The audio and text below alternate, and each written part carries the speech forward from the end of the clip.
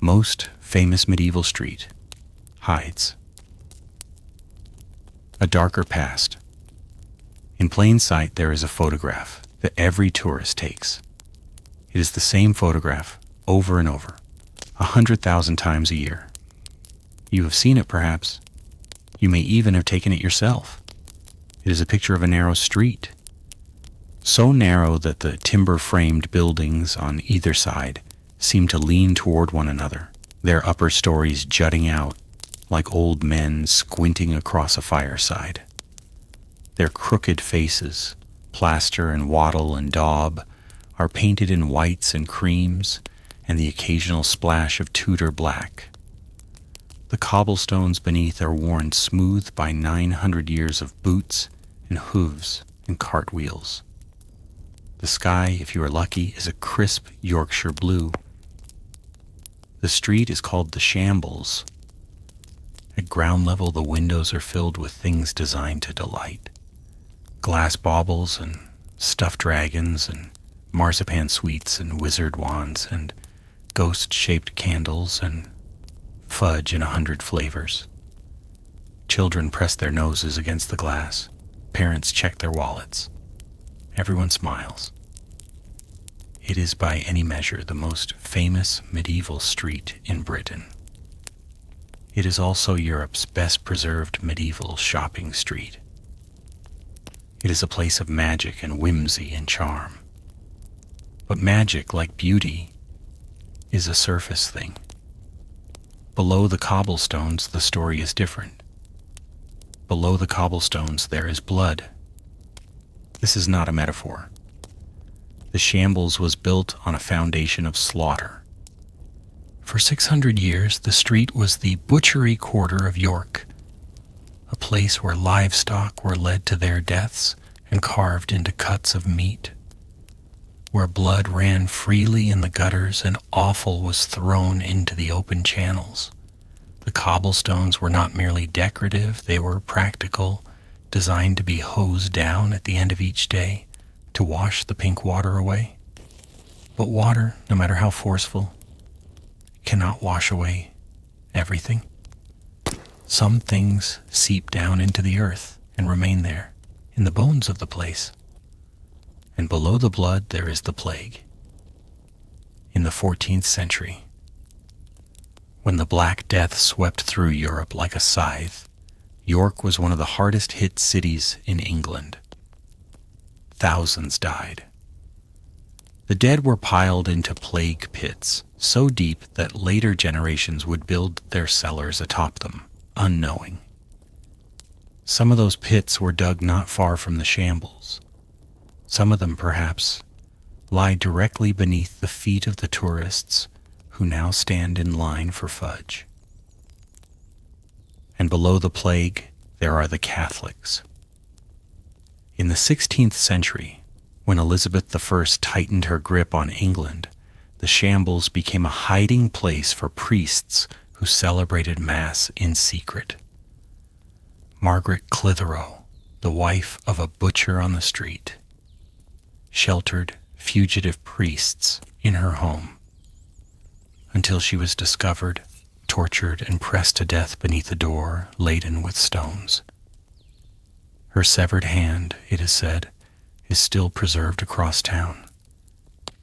Her house still stands on the Shambles, though the tourists who pass it rarely know what happened inside. And below the Catholics, there are the witches. In the 17th century, when fear was a currency and suspicion a weapon, Yorkshire saw more witch trials than almost any other county in England. Women, and sometimes men, were accused of consorting with the devil, of cursing cattle, of causing storms. Many were hanged. Some may have lived on the Shambles. Some may have been customers at the butcher's stalls. The line between accuser and accused was always thin, and in a place where death was a daily spectacle, it was easy to see evil in a neighbor's eye.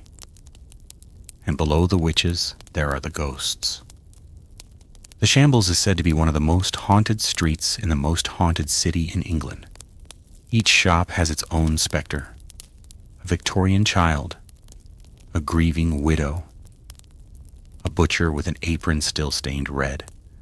The Golden Fleece, a pub at the end of the street, claims 15 separate ghosts, including a Roman soldier and a young girl who died of the plague.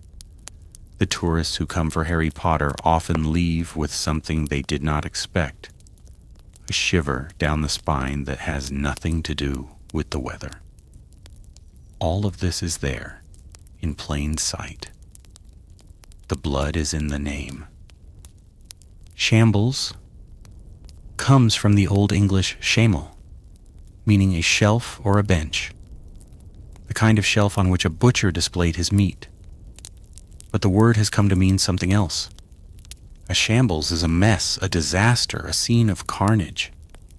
The language remembers what the tourists forget. This is a book about that forgetting. It is a book about the things that lie beneath the surface of our prettiest places, the stains that time does not bleach. It is a book about a single street in a single city in the north of England. But it is also a book about every street, every city, every place where human beings have lived and died and left their mark. Because the past is not past. The past is present. The past is always present, whispering just beneath our feet. Let us walk down the shambles together, but let us walk with our eyes open.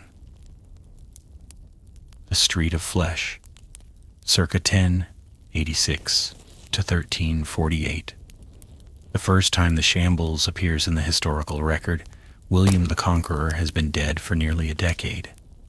The year is 1086, and the king is William Rufus, the Conqueror's son, a man so unpopular that the chroniclers would later describe him as hated by almost all his people. But Rufus is not the story. The story is a book, the Domesday Book. It is the most ambitious administrative document ever produced in medieval Europe, a survey of England so exhaustive that its name became synonymous with the Day of Judgment. William the Conqueror had ordered it made in 1085, and by the following year his clerks had crisscrossed the country, questioning sheriffs and priests and villagers, recording every hide of land, every plow, every pig, every cow. The purpose was taxation, but the effect was immortality. If a place existed in England in 1086, the Domesday Book preserved its name for the ages. York appears in the Domesday Book, and so does the Shambles. The entry is sparse, bureaucratic, cold. It lists the number of burgesses in the city, the value of their properties, the taxes they owed. It mentions a street called In Macello, which is Latin for in the shambles or in the butchery. The scribes who wrote those words had no way of knowing that they were writing the first chapter of a story that would stretch across 9 centuries. To them, the shambles was just a street, a useful street, a profitable street, but nothing more. But the name itself is a clue. Macellum was the Latin word for a meat market. The English word shambles derived from shamel, an Anglo-Saxon term for a shelf or a bench. But in York, as in many English towns, the word had a more specific meaning. It referred to the benches on which butchers displayed their meat. Over time, the benches lent their name to the street that contained them. The shambles was, from its very beginning, a place of flesh. The street's location was no accident. In medieval York, the area around the shambles was a warren of narrow lanes and hidden courtyards, clustered near the city's central market at Pavement and within easy reach of the River Ouse. The river was the city's circulatory system, carrying goods and people and, crucially, livestock to the butcher's quarter. Cows and sheep and pigs were driven through the city gates and herded down to the shambles, where they would be slaughtered and butchered and sold to the citizens of York. The Domesday Book records that York had more than 30 butchers at the time of the survey. By the 14th century, that number had grown to more than 40. The shambles itself contained more than 20 butcher shops at its peak, each one a narrow frontage with a shambles, a shelf, jutting out over the street. The meat was displayed on these shelves, unrefrigerated, unregulated, available for purchase by anyone with a coin. The flies arrived first. The smell arrived second. But the people of York were used to both. The architecture of blood. Look at the shambles today, and you will see something beautiful. The buildings are timber framed, their beams darkened by centuries of smoke and weather. The upper stories overhang the street, leaning so close that in some places you can reach out and touch both sides at once. The cobblestones are uneven, polished by generations of feet. It looks like something out of a fairy tale. But the beauty was not accidental, it was functional. The overhanging upper stories served a practical purpose. They kept the street in shadow. In an age before refrigeration, sunlight was the enemy of butchers. Meat left in the sun would spoil within hours, turning green and rancid and dangerous. The butchers of the shambles needed their street to be cool and dark, so they built their houses to block the sun. The narrowness of the street served the same purpose. The shambles is barely 4 yards wide at its broadest point, and in some places it is less than 3. This was not a quirk of medieval urban planning. It was a deliberate design choice. The buildings were constructed close together to create a permanent twilight, a microclimate in which meat could stay fresh for just a little longer. The cobblestones, too, had a practical function. They were easy to clean. At the end of each day, the butchers would hose down the street, washing the blood and offal into the central channel and out toward the river. But the cobblestones were also treacherous. Wet with blood and water, they became slick as ice. Hundreds of people must have fallen on the shambles over the centuries, twisting ankles and cracking heads. Some of them perhaps died. The buildings themselves were designed for butchery. Each shop had a wide frontage with a shambles, a shelf, on which the meat was displayed. Behind the shop was the slaughterhouse, where animals were killed and dismembered. In many cases, the slaughterhouse opened onto a back lane or a courtyard, allowing animals to be brought in without passing through the shop. The blood was drained into pits or channels. The offal was thrown to the pigs or the dogs or simply left to rot. The butchers lived above their shops. The upper floors served as domestic quarters with bedrooms and kitchens and living spaces. The lower floors were workplaces. The line between home and slaughterhouse was thin, sometimes non-existent. Children grew up to the sound of animals screaming and the smell of blood. Wives helped their husbands cut meat and sew sausages. The shambles was not just a street of butchers, it was a community of butchers, a place where death was the family business, the daily grind. What was it like to live on the shambles in the 13th century? Let us imagine a day in the life of a butcher named Hugh. It is the year 1280. Edward I is king. York is one of the largest cities in England, with a population of perhaps 12,000 people. The shambles is in its prime. Hugh wakes before dawn. He sleeps in a narrow bed in a narrow room, his wife Margaret beside him, their 3 children in a trundle bed at the foot. The room smells of old smoke and old meat, a smell so familiar that Hugh no longer notices it. He dresses in a linen tunic and woolen hose, pulling on leather boots that are cracked and stained. He descends the narrow stairs to the shop below. Slaughterhouse is already busy. Hugh's apprentice, a boy of 12 named Thomas, has been up for hours, boiling water and sharpening knives. He has already killed and bled a calf, its carcass hanging from a hook in the ceiling, its blood pooling on the stone floor. Hugh nods at the boy and takes down his cleaver. There is work to be done. By sunrise, the first customers arrive. A cook from a nearby inn buys a shoulder of mutton. A widow buys a pound of beef suet for her pies. A soldier buys a string of sausages seasoned with pepper and cloves, the kind of luxury that only the wealthy can afford. Hugh sells his meat from the shambles, the shelf that juts out over the street. He calls out his prices in a voice that carries. Across the way, his neighbor Ralph is doing the same. They are competitors, but they are also friends. They drink together at the tavern at the end of the street. They attend the same church. They have watched each other's children grow. The street is a spectacle. Livestock is driven through it regularly. Cows lowing and pigs squealing and sheep bleating in terror. Sometimes an animal breaks free and runs, sending pedestrians scrambling for safety. The butcher's boys chase after it, laughing, their hands red with blood. The cobblestones are slick with mire. The smell of offal hangs in the air like a fog. At noon, Hugh stops for dinner.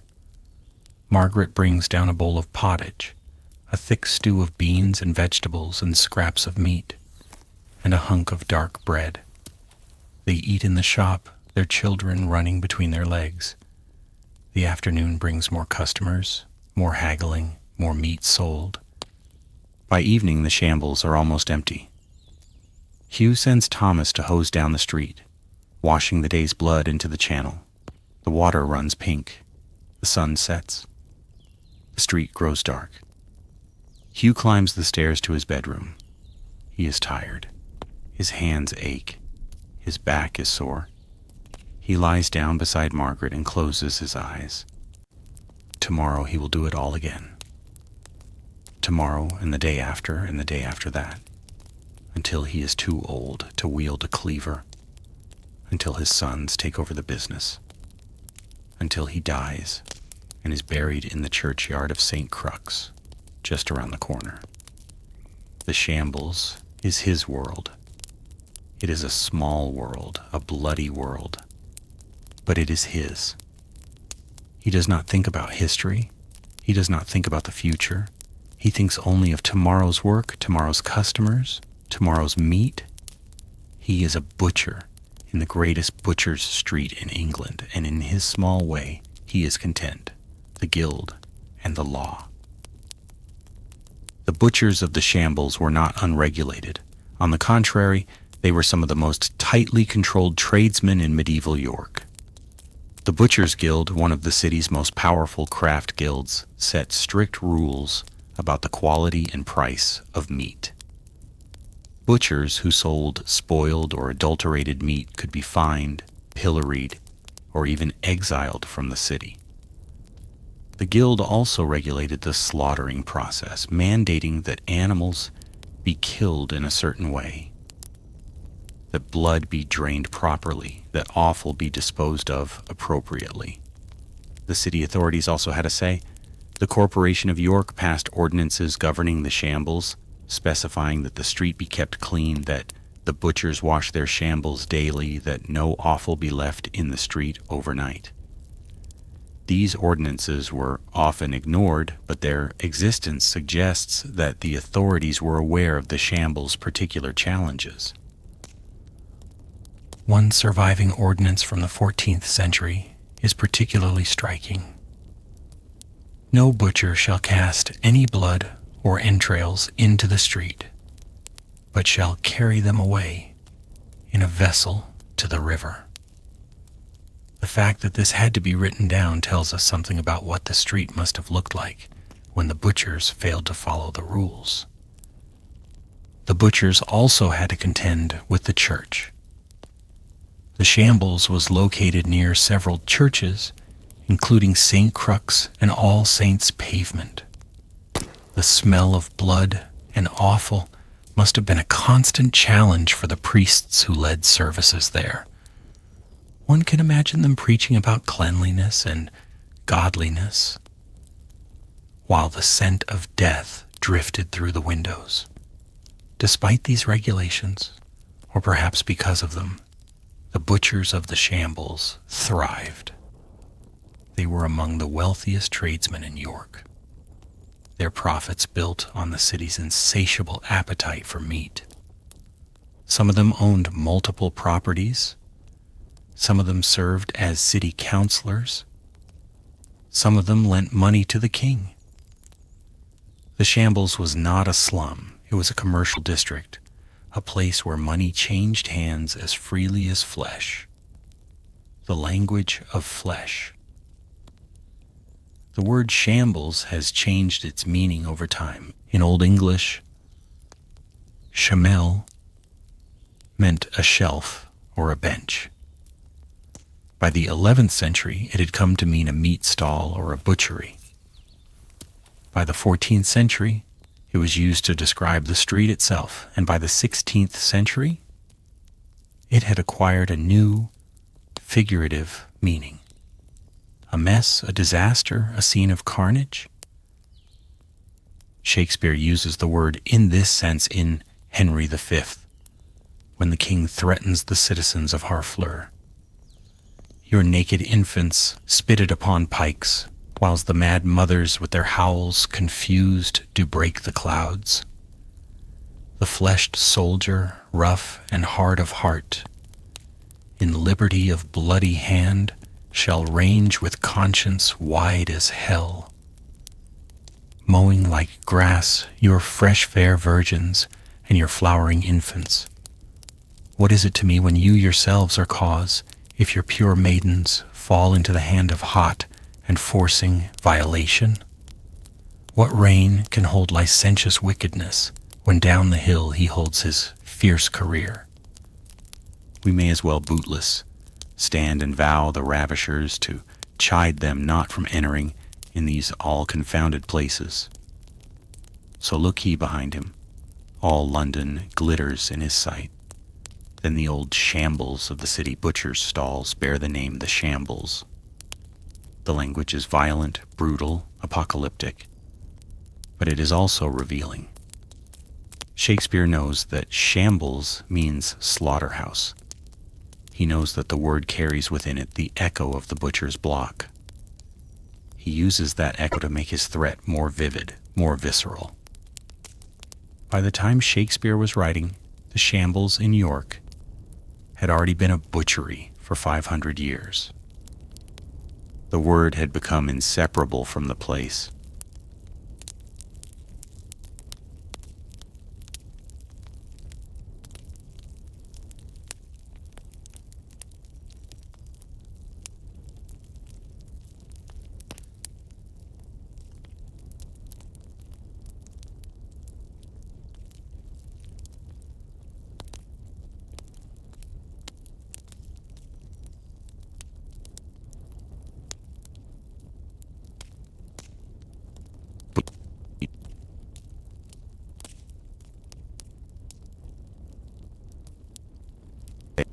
The Dance of Death, 1348 to 1351. The plague reached England in the summer of 1348.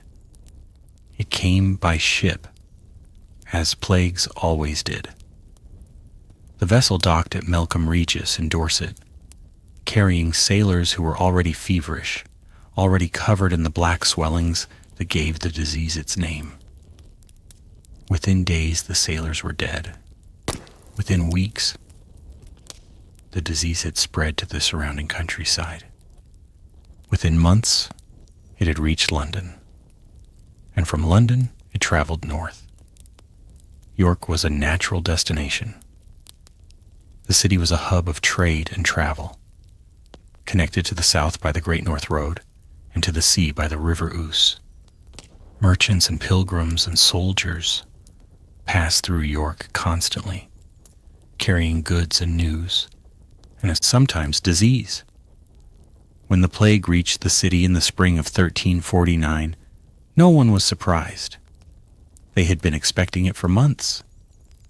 The first cases appeared in the poorer neighborhoods, where people lived crowded together in unsanitary conditions. The symptoms were terrifying: high fever, vomiting, swelling in the armpits and groin. The swellings grew to the size of an apple or an egg, black and purple, and agonizingly painful. Most victims died within a week. Some died within a day. Some died so quickly that they had no time to make a will or confess their sins. The authorities in York responded as best they could. They closed the city gates, hoping to keep the disease from spreading further. They ordered the streets to be cleaned and the garbage to be removed. They mandated that the sick be isolated in their homes. But these measures were too little, too late. The plague was already inside the walls, already spreading through the city like fire through dry grass. The plague pits. The dead had to go somewhere. In medieval York, with its cramped churchyards and limited burial space, the plague created a crisis of disposal. The normal rituals of death, the wake, the funeral, the burial in consecrated ground, could not be maintained. There were too many bodies and too few healthy people to bury them.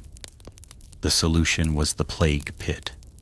These were mass graves, dug hastily outside the city walls or in abandoned churchyards, into which the dead were piled like cordwood.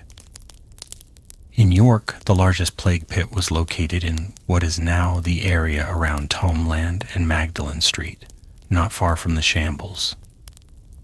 Thousands of bodies were dumped there in the summer and autumn of 1349. The process was grim. Bodies were collected by a special detail of workers, often criminals or paupers who'd been pressed into service. They wore masks of leather or wax, stuffed with herbs to ward off the miasma that was thought to carry the disease. They carried the bodies on carts or sledges, stacking them in the pit, in layers. A thin covering of earth was thrown over each layer, but the covering was never enough. The smell of decay hung over the pit for years. Some of the bodies were not dead when they were thrown into the pit. Medieval sources describe cases where plague victims were buried alive, their moans and cries heard through the soil. Whether these stories are true or apocryphal, they capture the terror of the time. The line between the living and the dead, always thin in normal times, became almost invisible during the plague. The shambles, with its constant flow of animals and blood and offal, must have been a particularly dangerous place during the epidemic. The butchers worked with meat and carcasses, materials that could harbor the disease. The rats that infested the shambles carried the fleas that transmitted the plague, and the narrow-shadowed street was an ideal environment for the disease to spread, with people living and working in close proximity. How many butchers died in the plague? We do not know. The records are fragmentary, and many were lost or destroyed. But a hint can be found in the fact that the Butchers' Guild, which had counted more than 40 members before the plague, had barely 20 members a decade later. The shambles was decimated like the rest of the city. The year without summer. The plague did not come alone. It was accompanied by other disasters: crop failures, livestock diseases, economic collapse. The summer of 1349 was cold and wet, ruining the harvest. The autumn brought more rain, flooding the fields and spreading disease. By winter, food was scarce and prices were high. The poor starved as the rich hoarded their grain.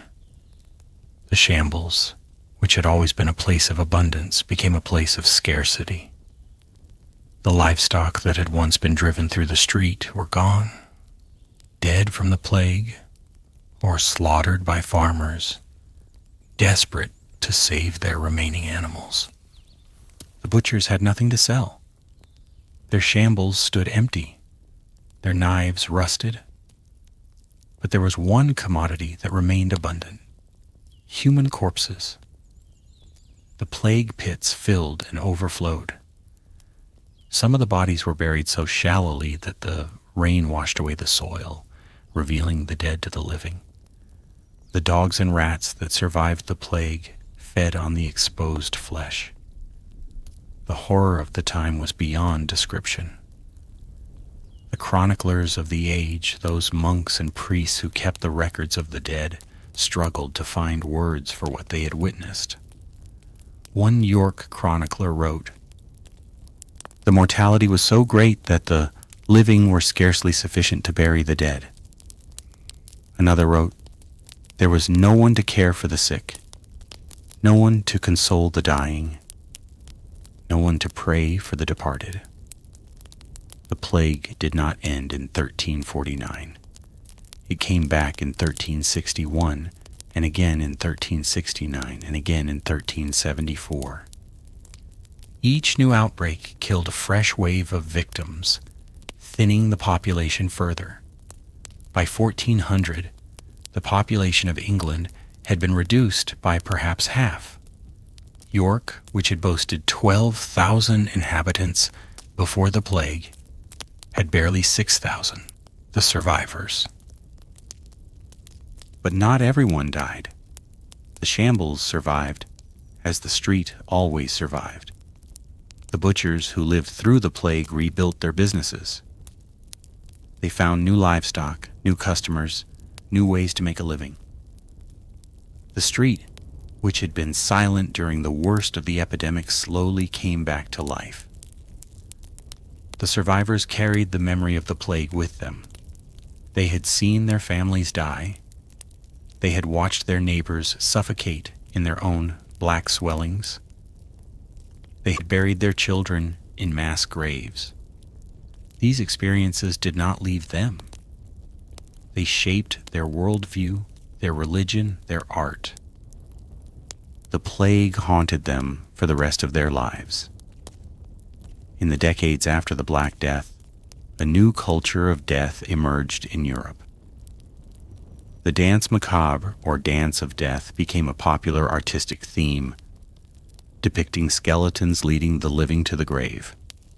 Charnel houses where the bones of the dead were stored were built in many churches. Remembrance of the dead became a more urgent concern than ever before. The shambles, though it returned to its normal business, was never quite the same. The ghosts of the plague victims seemed to linger in the narrow street. People whispered about strange sounds in the night, moans that could not be explained, shadows that moved without source. The line between the living and the dead, which had been blurred during the epidemic, remained porous for generations. The Pearl of York, 1556 to 1586, the daughter of York. In 1556, a girl named Margaret Middleton was born in York. Her father, Thomas Middleton, was a prosperous wax chandler, a respected citizen of the city.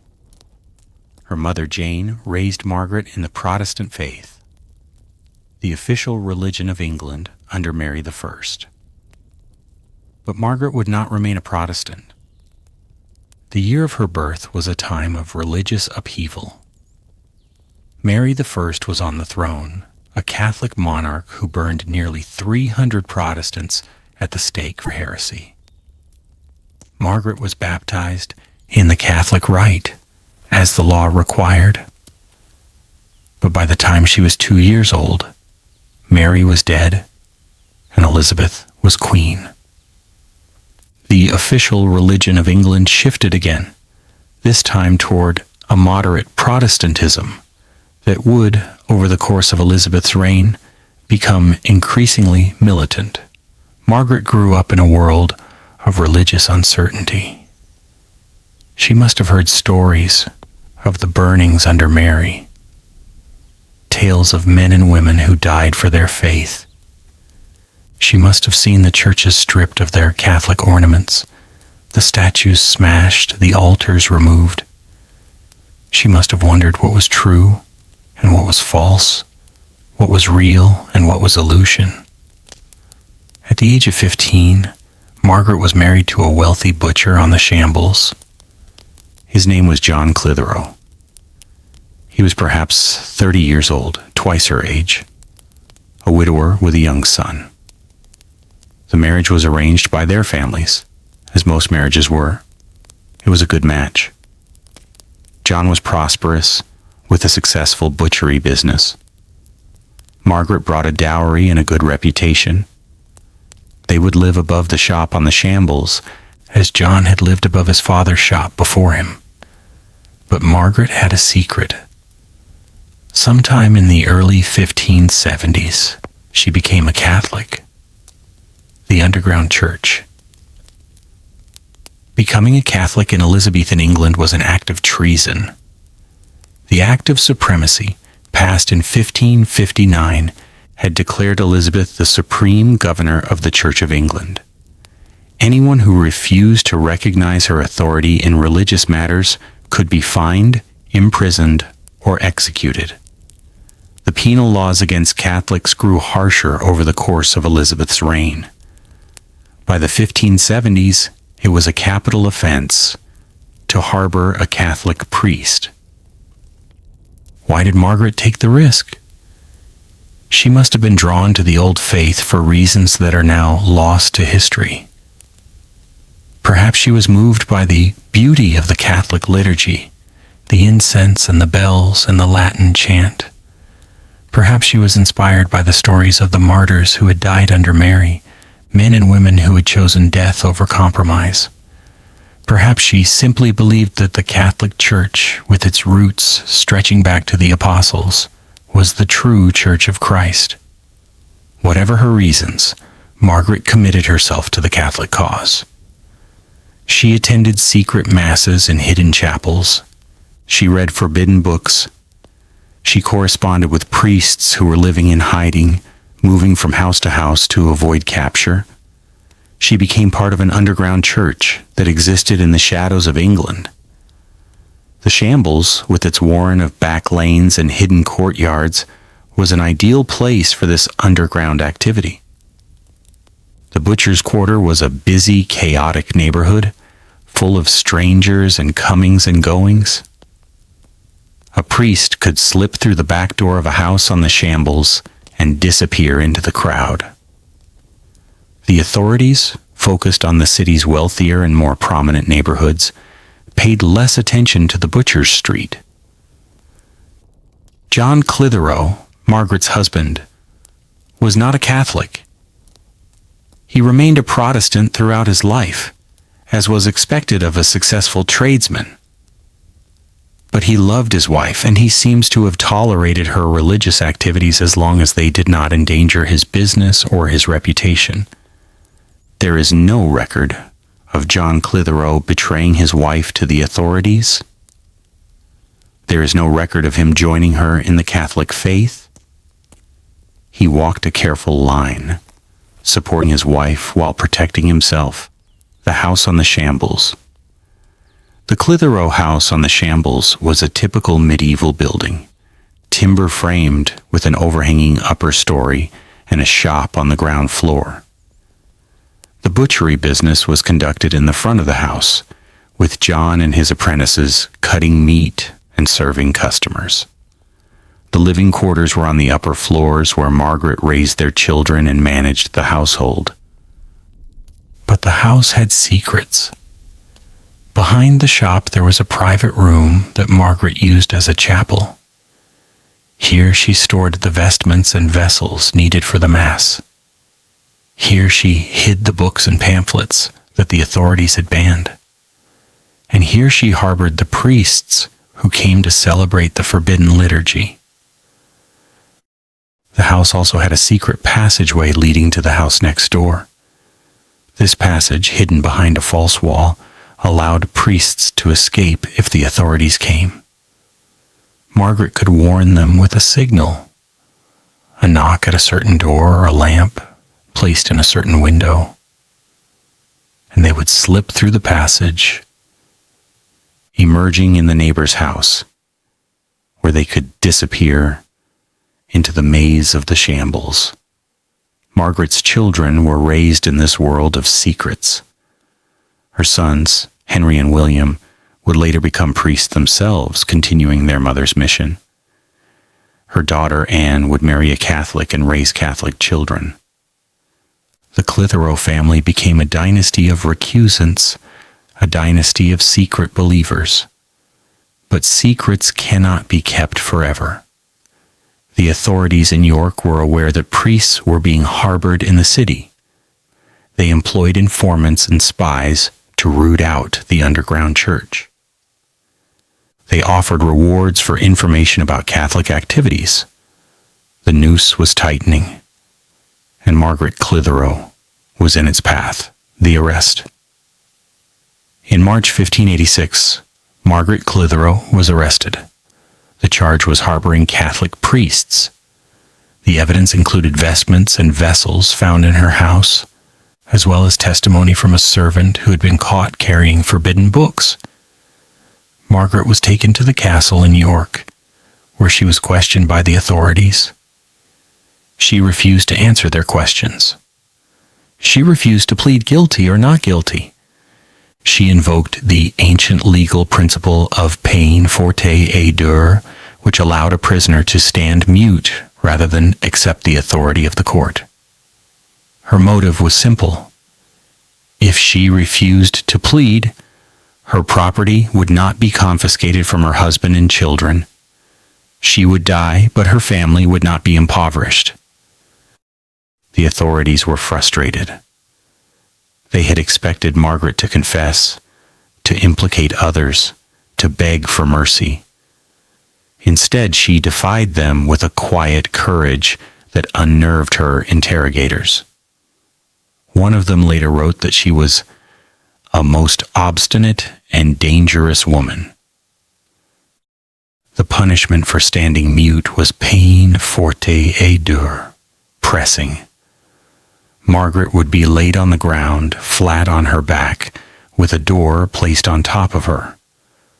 On the door, the authorities would pile stones, slowly increasing the weight until she was crushed to death. It was a slow, agonizing death, designed to break the prisoner's will. But Margaret's will was not broken. On March 25, 1586, Margaret Clitheroe was pressed to death.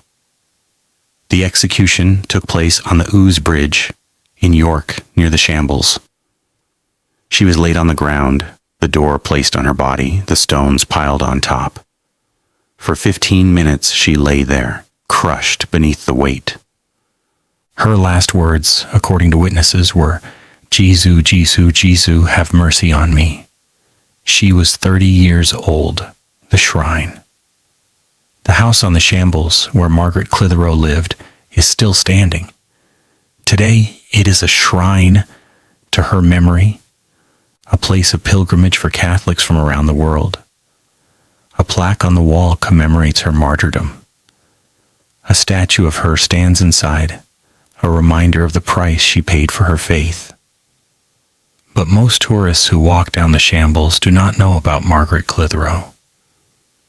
They pass her house without stopping, without wondering what happened inside. The house looks like any other shop on the street, its windows filled with candy and trinkets and souvenirs. The dark history of the place is invisible to the casual observer, and yet something lingers. Some visitors to the shambles report an eerie feeling when they pass the house where Margaret lived. They feel a chill, a sense of unease, a presence that they cannot explain. They do not know why they feel this. They have never heard of Margaret Clitheroe. But the place remembers what the people have forgotten. Margaret's severed hand, it is said, is preserved in a church across town, a relic of her martyrdom. Whether this is true or not is a matter of debate. But the story persists, as stories about martyrs always persist. The hand, if it exists, is a reminder that the past is not abstract. The past is physical. The past is here, in the walls of the shambles, in the stones of the street. The witches of Yorkshire circa 1600 to 1700, the age of fear. The 17th century was a time of fear in Yorkshire. The civil wars had torn the country apart, pitting king against parliament, neighbor against neighbor.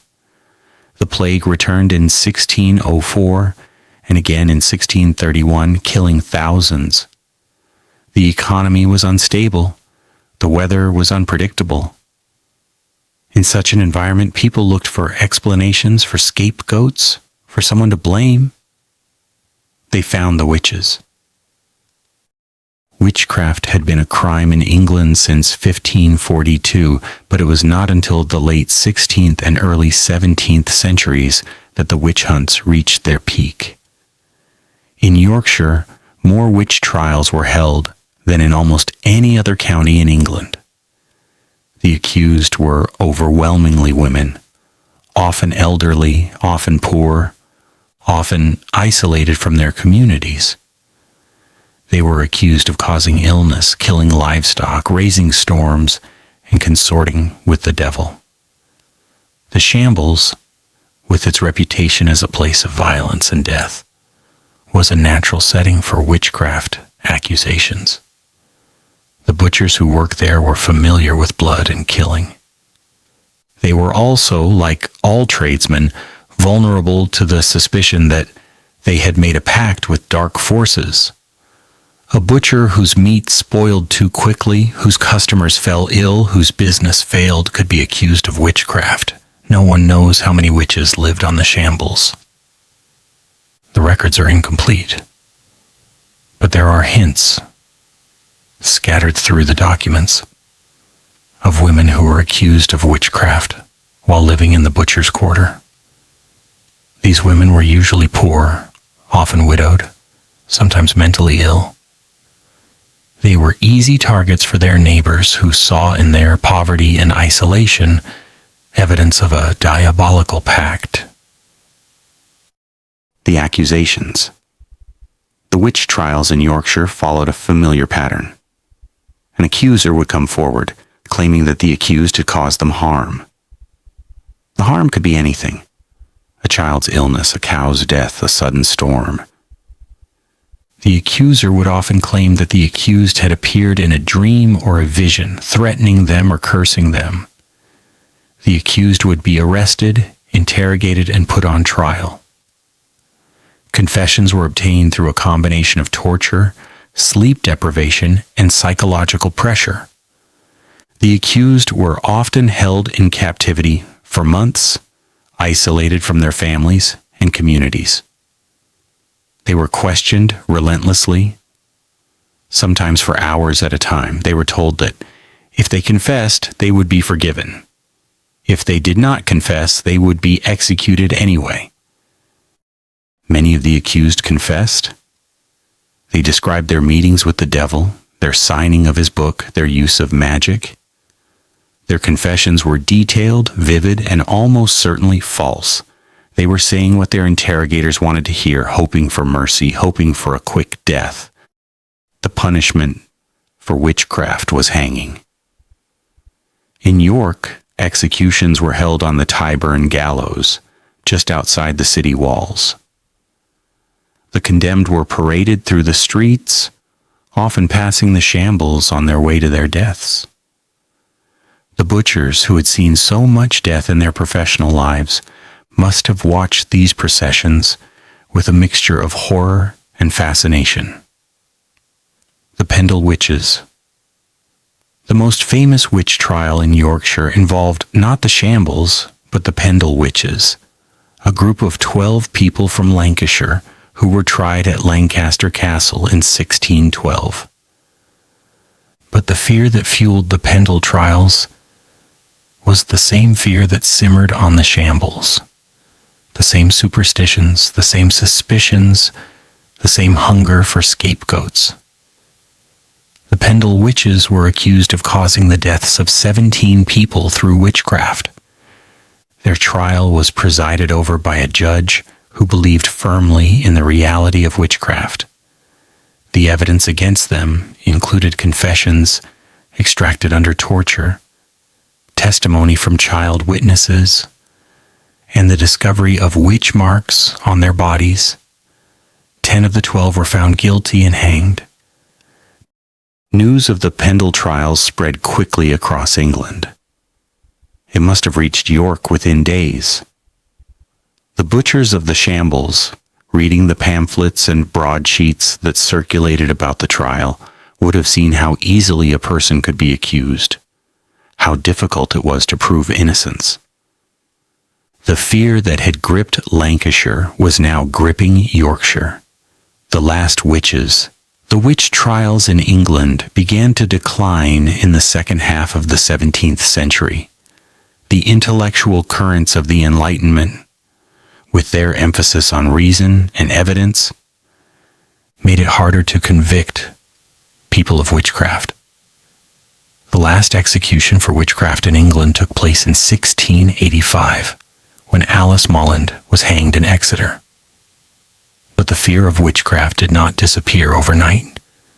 It lingered, especially in rural areas, well into the 18th century.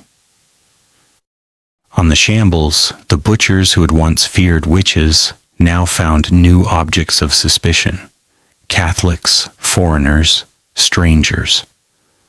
The scapegoats changed, but the scapegoating remained. The shambles, which had always been a place of death, remained a place of suspicion. The ghosts of the accused witches, real and imagined, lingered in the narrow street. Some of the buildings on the shambles still bear the marks of these fears. Carved into the beams of some houses are symbols meant to ward off evil: hexagrams, witch marks, apotropaic signs. The people who lived there hoped that these symbols would protect them from the devil and his servants. They hoped that the spirits of the dead would not visit them in the night. They hoped, as people always hope, that their fears would prove unfounded. But the fears were not unfounded. The plague was real. The persecution was real. The death was real. The shambles, which had seen so much of all three, bears the marks of that reality in its stones. The tourists who walk down the street today do not see these marks. They do not know what to look for. But the marks are there, waiting to be seen. The Reformation of Death, 1700 to 1850, the Age of Improvement. By the 18th century, the shambles was no longer the only butcher's street in York. The city had grown and the butchers had dispersed to other quarters. But the shambles remained a center of the meat trade. Its shops and stalls still selling flesh to the citizens of York. The 18th century was an age of improvement. The streets of York were paved and lit and cleaned. The open channels that had once carried blood and offal were covered over. The cobblestones were leveled. The shambles, which had been a place of squalor and stench, began to look more like a normal street. But the butchers were still there. And the slaughterhouses were still there. And the blood was still there, though it was now channeled underground, out of sight. The shambles remained a place of death, even as it was being tamed and civilized. The tourists also arrived in the 18th century. The Grand Tour, which had long been the preserve of the aristocracy, became more accessible to the middle classes. People began to travel for pleasure, not just for business. And York, with its Roman walls and its medieval streets and its magnificent minster, became a popular destination. The shambles, with its narrowness and its crooked buildings, fascinated the tourists. They wrote about it in their diaries and their letters. They marveled at its age, its strangeness, its resistance to modernity. They did not write about the blood. They did not write about the slaughter. They saw only the picturesque, not the terrible. The butcher's last stand. The 19th century brought even greater changes to the shambles. The Industrial Revolution transformed the way meat was produced and sold. The railways made it possible to transport livestock and meat over long distances, breaking the local monopolies that had sustained the shambles for centuries. The rise of the supermarket and the department store offered new ways to buy food, ways that did not involve walking through a narrow street filled with the smell of death. The butchers of the shambles fought back. They modernized their shops, installing glass windows and refrigeration. They diversified their products, selling not just meat, but also pies and sausages and preserves. They adapted to the new economy as best they could. But the numbers told the story. In 1872, there were still 25 butcher shops on the shambles. By 1900, there were fewer than 15. By 1950, there were fewer than 10. Today, there's not a single butchery on the shambles. The last butcher closed his shop in the 1980s, ending a tradition that had lasted nearly 900 years. The street that had been built on flesh had become a street of fudge and souvenirs. The butcher's block had been replaced by the cash register. The blood had been replaced by the tourist's pound. The shambles had been transformed, its dark past buried beneath a layer of whimsy and charm. The preservation movement. The transformation of the shambles was not accidental. It was the result of a deliberate campaign to preserve the street as a historical monument. In the late 19th century, a group of preservationists in York became concerned about the fate of the city's medieval buildings. They feared that modernization would sweep away the ancient streets, replacing them with factories and tenements and railway stations. The shambles was a particular concern. Many of its buildings were in poor condition, their timbers rotting, their plaster crumbling. Some had been abandoned by their owners who could not afford the cost of repair. Others had been altered beyond recognition, their medieval features hidden beneath Victorian additions. The preservationists lobbied the city council to protect the shambles. They argued that the street was of national importance, a unique survival of medieval urban life. They raised money to repair the buildings. They fought legal battles to prevent demolition. They wrote articles and gave lectures and organized tours. Their efforts were successful. By the early 20th century, the shambles was protected by law. Its buildings were listed, meaning that they could not be demolished or altered without permission. The street became a museum piece, preserved for future generations. But what was being preserved? The buildings, yes. The cobblestones, yes. The narrowness, yes. But not the blood, not the slaughter, not the death. The preservationists, for all their good intentions, had preserved only the surface of the shambles. The history beneath the surface remained hidden, invisible to the tourists who would soon arrive in ever greater numbers. The Haunted Street, 1850 to present. Chapter 22. The Ghosts of the Shambles. The Shambles is said to be one of the most haunted streets in the most haunted city in England. The claims are numerous and varied. Each shop has its own ghost, it is said. Each building has its own story. The spirits of the dead walk the cobblestones at night, unaware that they are dead. The most famous ghost on the shambles is the little girl who died of the plague. She is said to appear near the Golden Fleece pub at the end of the street. A sad-faced child in a ragged dress, looking for her mother. Those who have seen her describe her as translucent, barely visible, a shadow in the twilight. She never speaks. She never looks at anyone. She simply walks endlessly along the street where she once lived. Another famous ghost is the Victorian woman who haunts the upper floors of one of the shops. She is said to have been a widow, left alone after her husband died in a factory accident. She refused to leave their home, even after her death. She is seen sometimes looking out the window, sometimes standing at the top of the stairs. Her presence is said to be benign, even comforting. The Golden Fleece claims 15 separate ghosts, including a Roman soldier, a young girl, and a former landlord who hanged himself in the cellar. Paranormal investigators have captured what they believe to be evidence of these ghosts: unexplained sounds, sudden temperature drops, shadowy figures on video.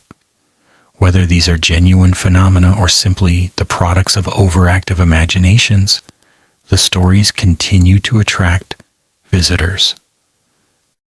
The paranormal industry. The ghosts of the shambles have become a tourist attraction in their own right. Ghost walks and paranormal tours depart from the street every evening, led by guides in Victorian costumes who tell tales of murder and mayhem. The tourists, armed with their smartphones and their ghost hunting equipment, hope to capture evidence of the supernatural. The Golden Fleece has become a destination for paranormal enthusiasts. The pub offers ghost hunts, in which participants can spend the night in the building, monitoring the rooms for signs of activity. The pub claims to be the most haunted in England, a title that it wears with pride. Critics dismiss the ghost industry as a fraud, a way to extract money from gullible tourists. They point out that most of the ghost stories are of recent origin, invented to attract visitors. They note that the supposed evidence of paranormal activity is easily explained by natural causes, but the believers are not deterred. For them, the ghosts are real, regardless of what the skeptics say. The shambles, with its long history of death and suffering, is a place where the veil between the living and the dead is thin. The ghosts are not a tourist attraction. They are a reality, a presence that can be felt by those who are sensitive enough to perceive it. Whether the ghosts are real or not, the stories serve a purpose. They keep the memory of the dead alive. They remind us that the shambles was once a place of slaughter and sorrow, not just a place of fudge and souvenirs. The ghosts, real or imagined, are the memory of the street given form. The ghost bike. In September 2023, a video went viral on social media. It showed a bicycle moving down the shambles without a rider, weaving between pedestrians and parked cars. The video, captured on a security camera, appeared to show a ghost bike, a supernatural phenomenon. The footage was shared millions of times, sparking a debate about whether the shambles was haunted or whether the video was a hoax. The truth was less dramatic. The bicycle, it turned out, had been blown by the wind. But the viral response to the video was revealing. People wanted to believe that the shambles was haunted. They wanted to see ghosts in the shadows. The video, though ultimately mundane, became part of the mythology of the street. The incident also highlighted the power of the internet to shape the way we see historical places. The shambles had always been a place of stories, but now those stories could be shared instantly with a global audience. The ghost bike video, for all its banality, was a reminder that the past is never really past. It lives on in our imaginations, in our stories, in our shared fears. The street today, present day. The tourist's shambles. The shambles today is a place of commerce and pleasure. The shops that line the streets sell a variety of goods, sweets and chocolates, books and prints, clothing and jewelry. The Harry Potter shops with their wands and cauldrons and cloaks are particularly popular. The tourists, many of them dressed in wizard robes, queue up outside these shops, eager to buy a piece of the magical world. The Golden Fleece, still operating as a pub, serves food and drink to hungry visitors. The ghost tours depart from its door each evening. The street is crowded from morning until night, especially in the summer months, when the weather is warm and the days are long. The Shambles has become a symbol of York itself, a must-see destination for anyone visiting the city. It appears on postcards and coffee mugs and refrigerator magnets. It is photographed millions of times each year. It is, in short, a success story, a medieval street that has adapted to the modern world. But the success has come at a cost. The Shambles is no longer a living street, a place where people live and work and die. It has become a stage set, a backdrop for commerce and tourism. The residents who once called the Shambles home have mostly moved away, replaced by shopkeepers and pub owners. The street has been preserved, but it has also been emptied of its original meaning, the hidden history. Despite the transformation, the hidden history of the Shambles is still visible to those who know how to look. The butcher's hooks, still embedded in the beams of some buildings, are reminders of the street's original purpose. The worn cobblestones, polished by centuries of use, bear the marks of the carts that once carried meat and the feet of the butchers who once worked there. The shrines and plaques that commemorate Margaret Clitheroe are still in place, though they are often overlooked. The apotropaic signs carved into the beams are still visible if you know where to look. The plague pits, though covered over, are still there beneath the ground, their contents undisturbed. A visitor who takes the time to explore the Shambles deeply, to look beyond the shop windows and the fudge displays, can still feel the presence of the past. The street is not just a place of commerce, it is a palimpsest, a document written and rewritten over 9 centuries. The blood is still there, hidden beneath the surface. The death is still there, hidden in the shadows. The meaning of memory.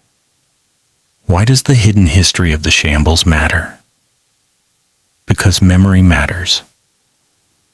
Because we cannot understand the present without understanding the past. Because the Shambles, with all its darkness, shaped the lives of the people who lived there. And their lives, in turn, shaped the world we live in now. The plague that killed so many people on the Shambles was not just a historical event. It was a trauma that echoed for generations. The persecution of Catholics was not just a footnote in a history book. It was a real experience of terror and sacrifice. The witch hunts were not just a superstition, they were a form of violence that destroyed real lives. If we forget these things, we risk repeating them. The scapegoating of the vulnerable, the fear of the stranger, the cruelty of the powerful.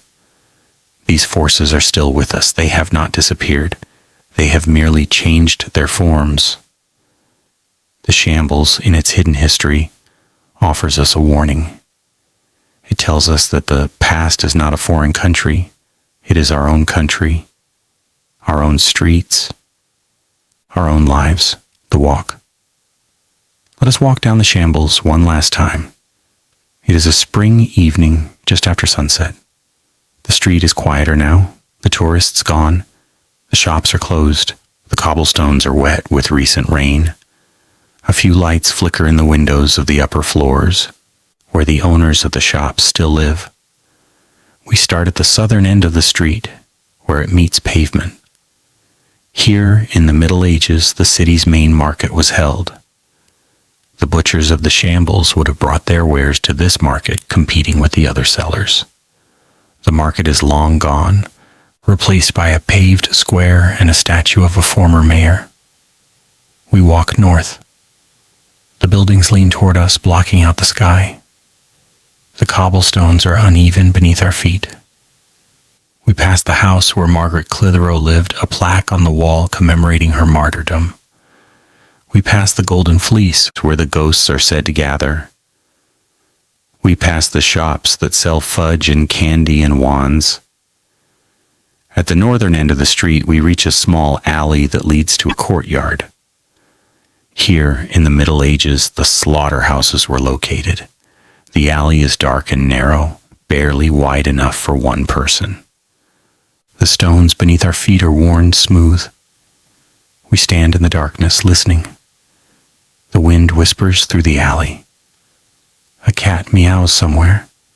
A light flickers in a distant window. We turn back. The street stretches out before us, empty and quiet. It is beautiful in its own way. It is also terrible if we choose to see it. The blood is there, hidden in the cobblestones. The death is there, hidden in the shadows. The ghosts are there, hidden in the silence. We walk back to pavement, back to the modern world. The shambles fades behind us, a memory of a memory. But we carry it with us now. We know its secrets. We have seen its darkness. We have walked its stones and felt its presence. The shambles is no longer just a street. It is a warning. It is a reminder. It is a story. We tell that story now. We pass it on. We keep the memory alive. Because the past is not past. The past is present. The past is always present, whispering just beneath our feet. And on the shambles, that whisper is louder than anywhere else. The stone remembers. There is a stone on the shambles that has been there for 900 years. It is not a special stone. It is not marked or carved or honored. It is simply a cobblestone, one of thousands, worn smooth by the feet of the millions who have walked the street. It has seen everything. It has seen the butchers and their blood. It has seen the plague victims dying in the doorways. It has seen the martyrs marching to their deaths. It has seen the witches hanging from the gallows. It has seen the tourists laughing and taking pictures. The stone does not speak. The stone does not judge. The stone simply remains a witness to the ages. It will still be there long after we are gone, long after the shops have closed and the tourists have stopped coming. It will be there when the buildings have crumbled and the street has been forgotten. It will be there, a silent testimony to the human capacity for both cruelty and kindness, both violence and love. The shambles is many things. It is a monument to the past. It is a destination for the present. It is a warning for the future, but above all, it is a place where people have lived and died and loved and hated. A place where the blood has flowed and the prayers have risen.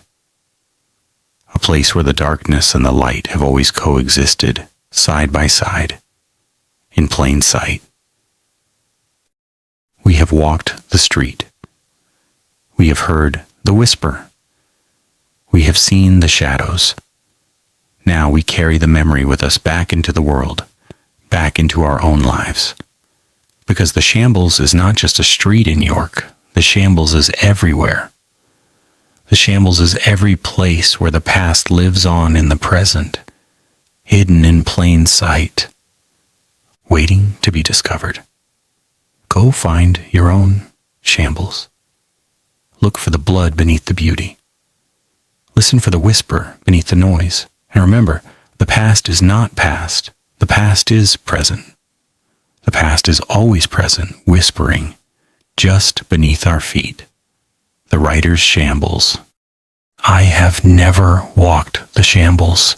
I have never seen its cobblestones, or its crooked buildings, or its leaning walls. I have never smelled the fudge, or heard the laughter, or felt the chill of its shadows. I know the shambles only through books and photographs and the testimony of others.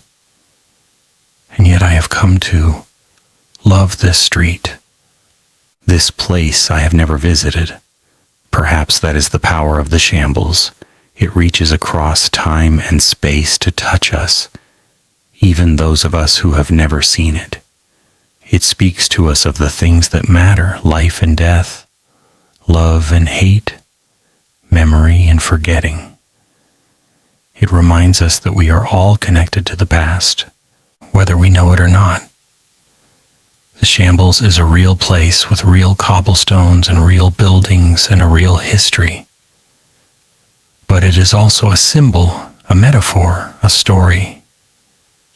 It is the story of every place where people have lived and died, where blood has flowed and prayers have risen, where the darkness and the light have danced together. I hope that this book has done justice to that story.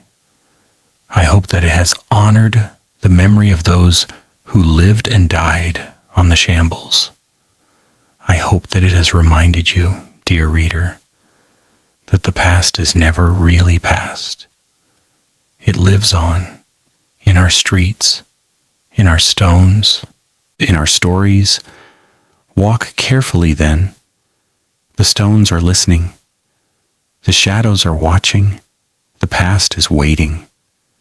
And on the shambles, the past never sleeps. Let's stay there for a moment, right there on the cobbles, because if you only look up at the timber frames, you miss the ground. And the ground is where the real story lives. We walked the length of this famous medieval street. We admired the overhanging jetties. We took pictures of the crooked roofs. We breathed in the smell of roasted nuts and tourist perfume. But then I asked you to imagine a different smell. The smell of blood. The smell of offal. The smell of a world that had not yet invented the word sanitation. We are going to stay on that ground. We are going to look at the stones themselves, and we are going to talk about what actually flowed through this street. Because every famous medieval street in Britain, whether it's the Shambles in York, or Steep Hill in Lincoln, or the Royal Mile in Edinburgh, every single one of them was built on a liquid foundation. And that liquid was not water. I am talking, of course, about the gutter, but not the romantic gutter, not the cobbled drainage channel you see today, filled with rain and in the occasional dropped ice cream. No, I am talking about the medieval open sewer that ran right down the middle of the street, the one that everyone walked next to, the one that children played beside, the one that butchers used as their personal waste disposal system. And this is where the darker past begins to emerge from plain sight, because we look at these streets today and we see heritage, we see preservation, we see a quaint old world photograph, but the people who lived here did not see any of that. They saw a toilet. They saw a rubbish dump. They saw a death trap. Let me give you an example. Take the famous street we started with. Let's call it what it was originally called, not the pretty name it has now. The original name in many medieval records was simply the Shambles, and that word shambles has an interesting origin. It comes from the Old English semel, meaning a bench or a stool. But by the medieval period, it meant a bench where meat was sold. So the street was literally named after butchers' stalls. But here's the dark part.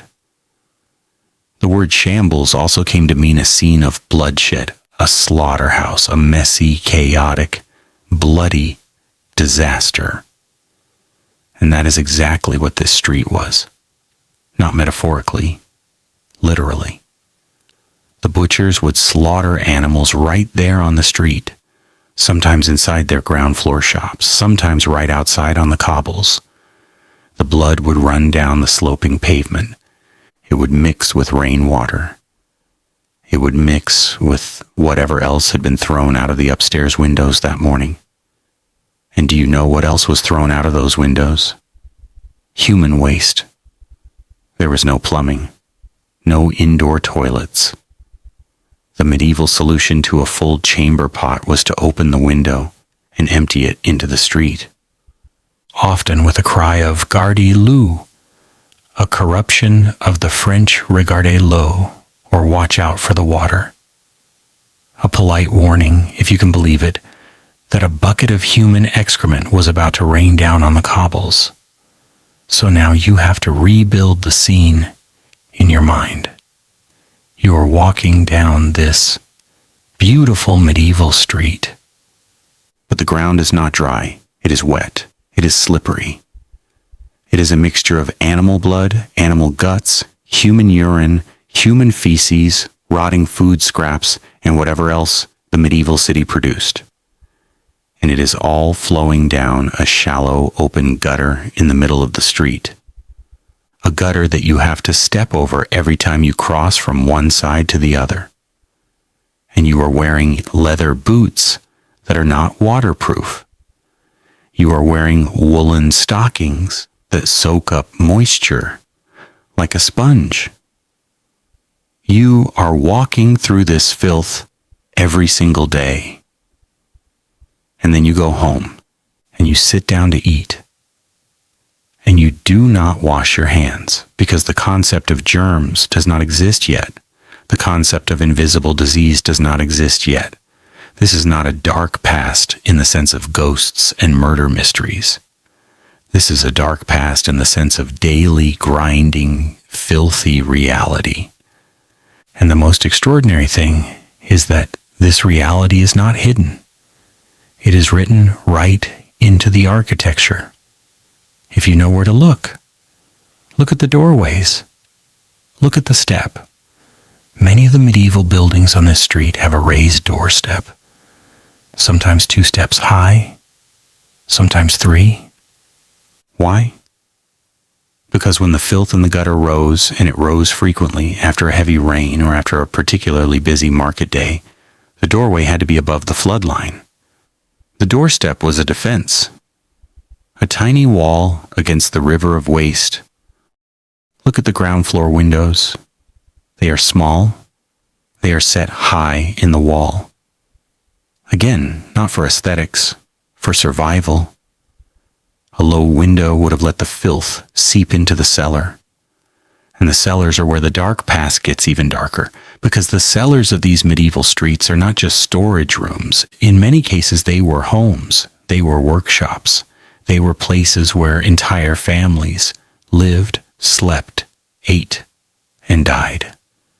Down in the damp, down in the dark, down where the gutter overflow would seep through the stone walls and leave a tide mark of grime. There is a record from the 14th century.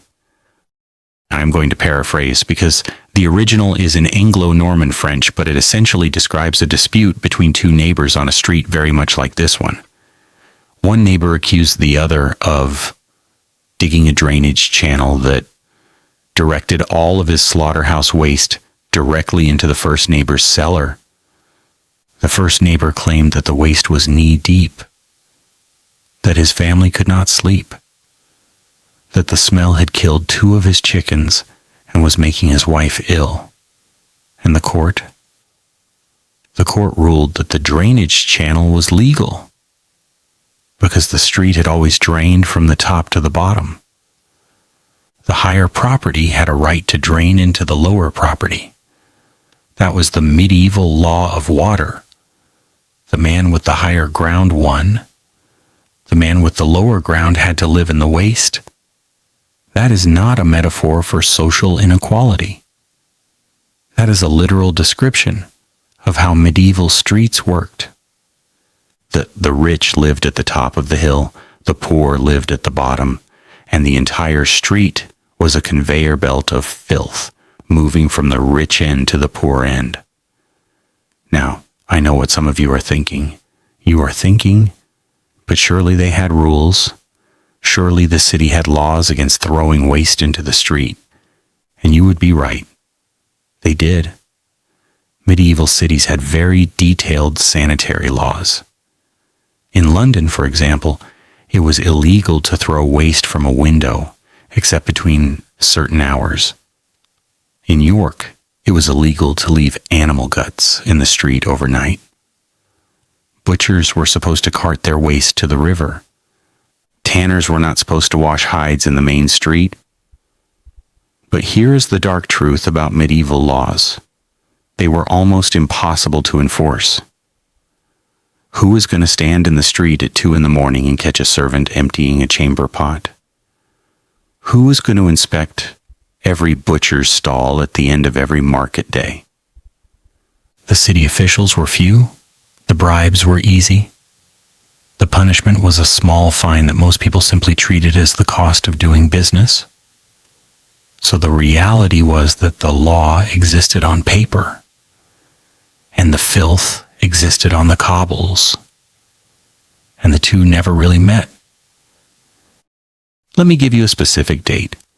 1348, the year the Black Death arrived in Britain, the year everything changed, and the year that this medieval street became not just a dirty place but a place of absolute terror, because the plague did not care about the pretty timber frames.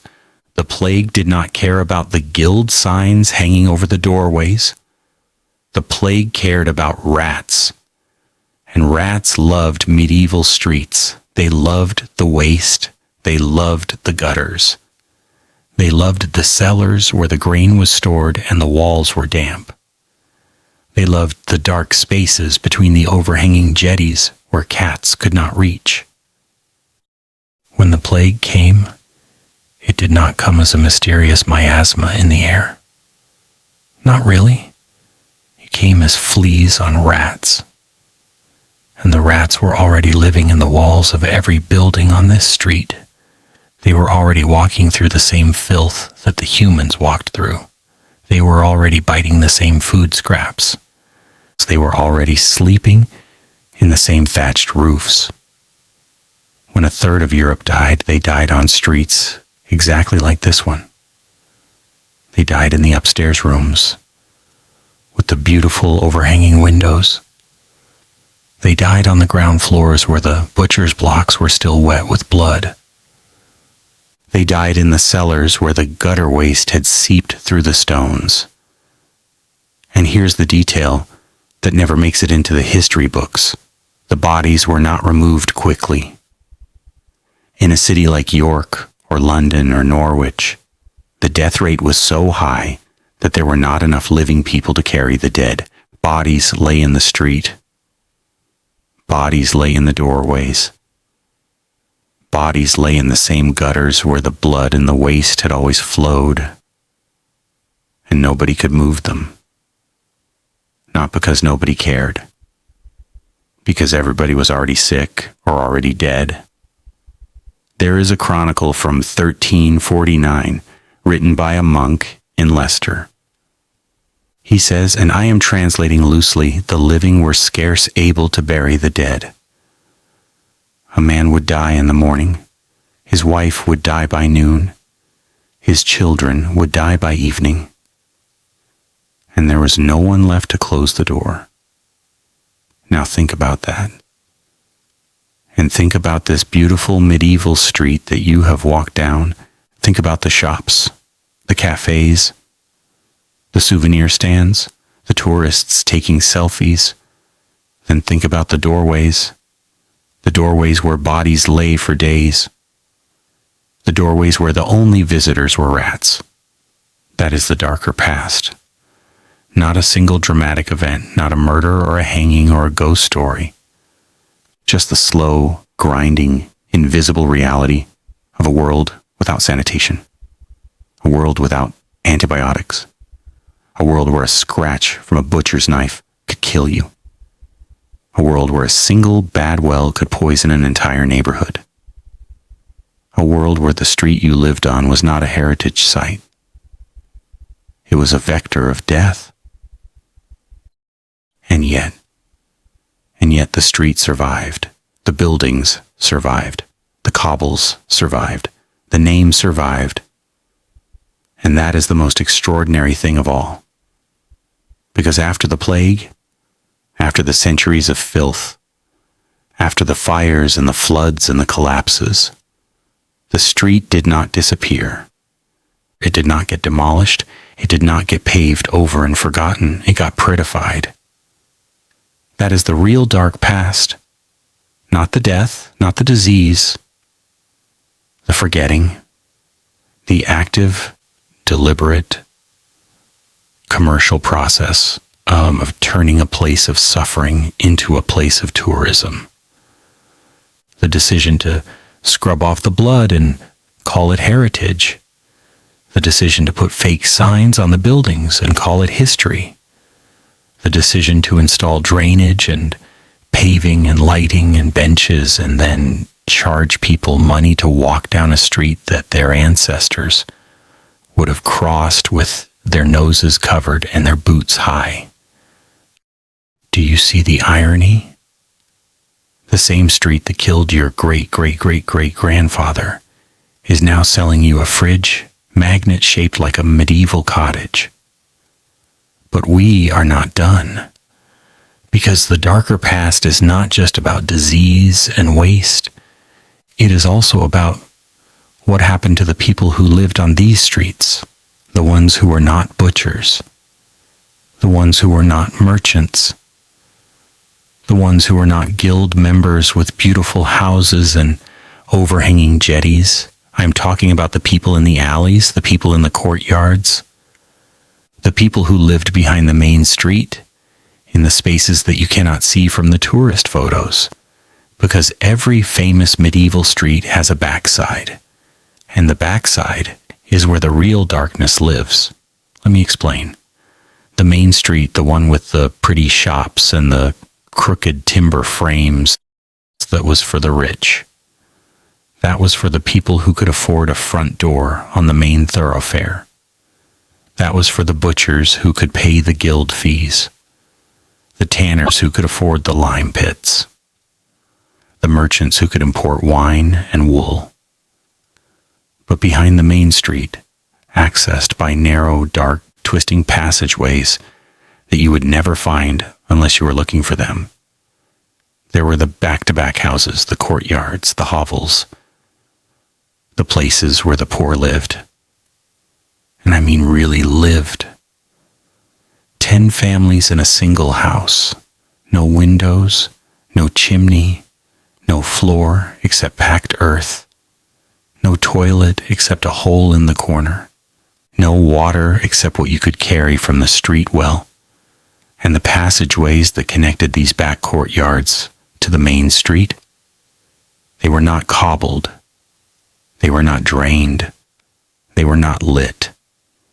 They were muddy, shit-filled tunnels between buildings, often less than 3 feet wide, dark even at noon, and absolutely invisible to anyone walking down the pretty main street. But those passageways existed. They still exist. You have walked past them 100 times. You have seen the little archway, the narrow opening between 2 shops, the sign that says private or no entry or simply nothing at all. Behind that opening is the other medieval street, the hidden street, the street that the city does not want you to see because it does not fit the heritage narrative. Let me give you a specific example. In York, off the Shambles, there is a passageway called Hornpot Lane. You've never heard of it. Most tourists walk right past it. It is narrow. It is dark. It smells of damp. and it leads to a courtyard that was once home to dozens of families living in conditions that we would today consider criminal. No light, no air, no sanitation, just a hole in the ground and a shared bucket. The records from the 19th century, and I am jumping forward a bit, but bear with me, the records from the Victorian slum clearances describe these courtyards as unfit for human habitation. And the Victorians were not easily shocked. They had seen everything. But when they opened up the hidden courtyards behind the medieval streets, they found children who had never seen the sky. Not metaphorically, literally, children who had been born in a back-to-back cellar, who had grown up in a windowless room, who had never walked more than 20 feet from their front door because the passageway to the main street was too narrow and too dangerous. And what happened to those children? They died. They died of cholera. They died of typhus. They died of simple diarrhea because the well water was contaminated by the same gutter waste that flowed past the Main Street butcher shops. They died of tuberculosis because 9 people were sleeping in a room the size of a modern walk-in wardrobe. They died of accidents because there were no safety rails, no lights, no regulations. And the main street, the pretty medieval street with the tourists and the shops, the main street carried on. It always carried on. That is the darkest part of all. The indifference. The way that one street could contain 2 entirely different worlds. The visible world of commerce and heritage and timber frames, and the invisible world of poverty and disease and early death. Now, I want to pause here because I know this is heavy. I know you came here expecting maybe a ghost story, a legend, a murder mystery, and instead I am giving you cholera and child mortality and open sewers. But this is the real darker past. This is the past that is hiding in plain sight, not behind a locked door, not in a secret crypt, right there on the cobbles, right there in the drainage channels, right there in the names of the streets, because the names tell you everything. The Shambles Slaughterhouse, Mincing Lane from the Old English Minden, meaning a dung heap. Pudding Lane, not named after dessert, named after the awful puddings that fell from the butcher's carts. Goose Lane, where geese were kept and slaughtered in back gardens. Blood Alley, I am not making that up. There is a blood alley in almost every medieval city in Britain. And every single one of them was named for the same reason. We walk down these streets today, and the names mean nothing to us. They are just quaint, just old-fashioned, just part of the heritage charm. But to a medieval person, the name the Shambles was not charming. It was a warning. It meant, you are now entering a place where animals die, where blood flows, where the ground is slippery, where the smell will stay in your clothes for 3 days. That was the reality. And that reality did not disappear when the plague ended. It did not disappear when the Victorians paved the streets. It did not disappear when the tourists arrived. It just got covered up. And that is what is really about, the covering up. The way that we have taken a genuinely dangerous, dirty, difficult place to live and turned it into a photograph, a postcard, a backdrop for a romantic date. We have erased the suffering. We have smoothed out the cobbles. We have installed designer drain covers. We have power washed the blood off the stones. But the blood is still there. Not literally, not in a forensic sense. But the history of that blood is still there. The thousands of animals that died on this street. the hundreds of people who died from infections caught on this street, the children who never saw the sky, the mothers who carried water from contaminated wells, the fathers who worked 14 hours in a tannery and died at 40 of lung disease. Their lives are not in the museum. Their lives are not on the guided tour. Their lives are not in the souvenir shop. Their lives are in the stones, in the drainage channels, in the raised doorsteps, in the narrow passageways, in the names that we have stopped translating. And here is the question that I want you to take away from the question that nobody asks on these heritage walks, the question that the tourist board will never put on its website. When we preserve a medieval street, what exactly are we preserving? Are we preserving the architecture? The timber frames and the jetties and the crooked roofs? Or are we preserving a lie?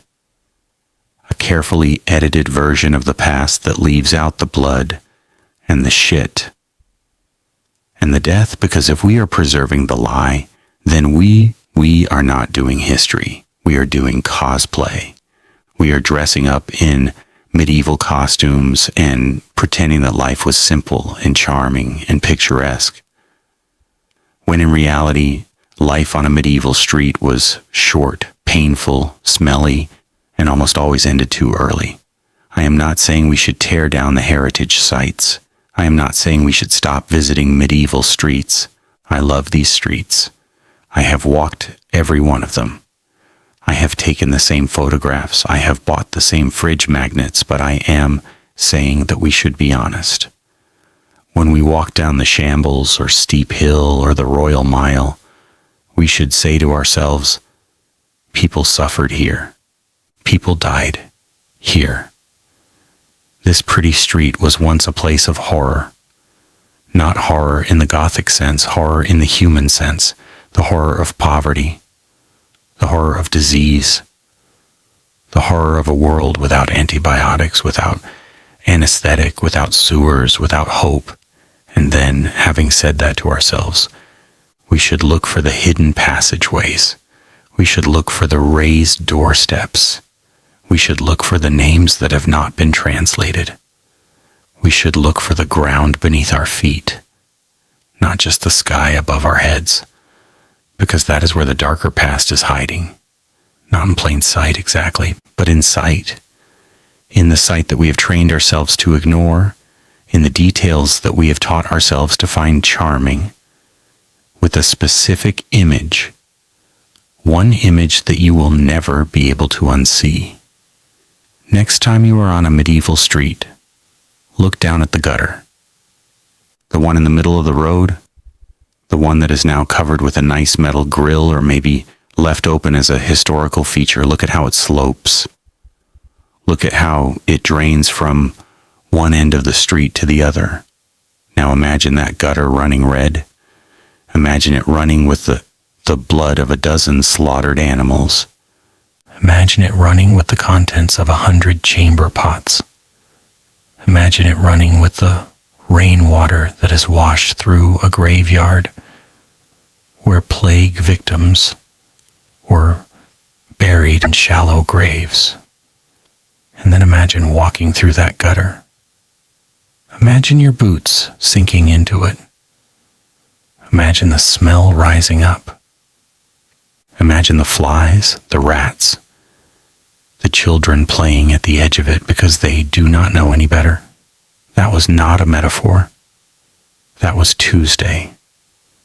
That was every Tuesday for 500 years. And the street is still there. The gutter is still there. The slope is still there. Only the blood is gone. Or at least that is what we tell ourselves. Standing in the gutter, literally. Standing in the filth. Standing in the blood.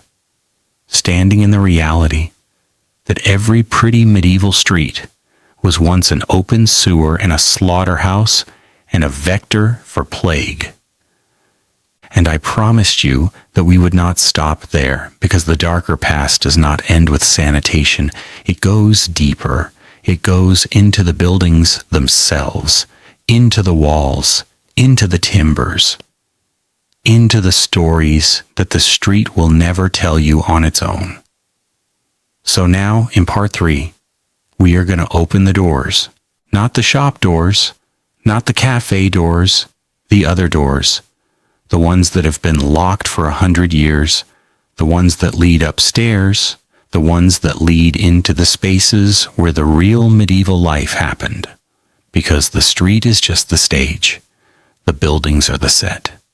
But the performance, the actual lives of the people that happen behind the timber frames, up the narrow staircases, in the rooms that you can never see from the cobbles. Let me ask you a question. When you walk down a medieval street, how many of you look up at the first floor? The overhanging jetty, the crooked windows. Beautiful, yes.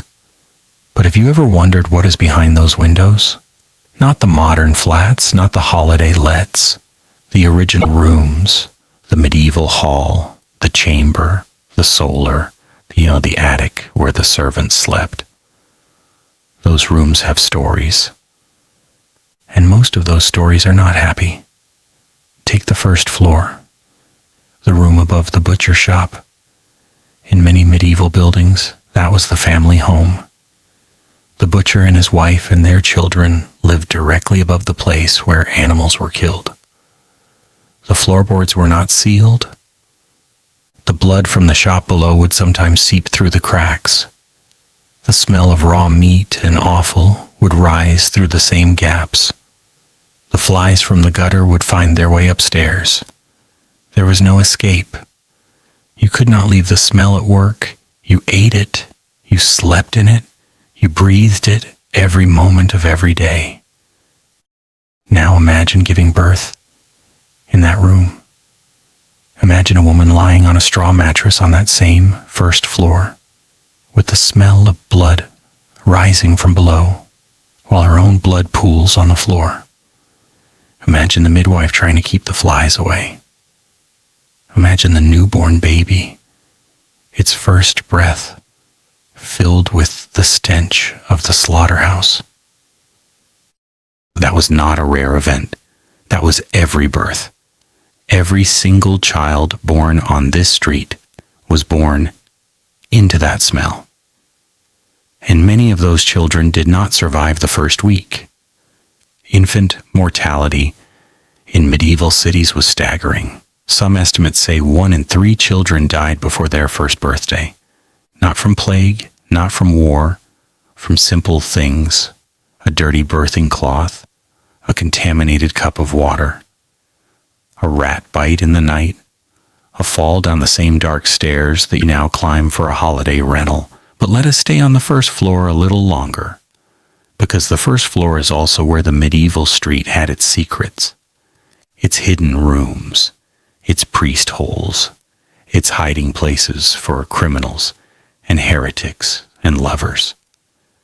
You see the overhanging jetty, the beautiful timber frame that makes the street look so picturesque. That jetty was not just for decoration, it was structural, yes. But it also created space.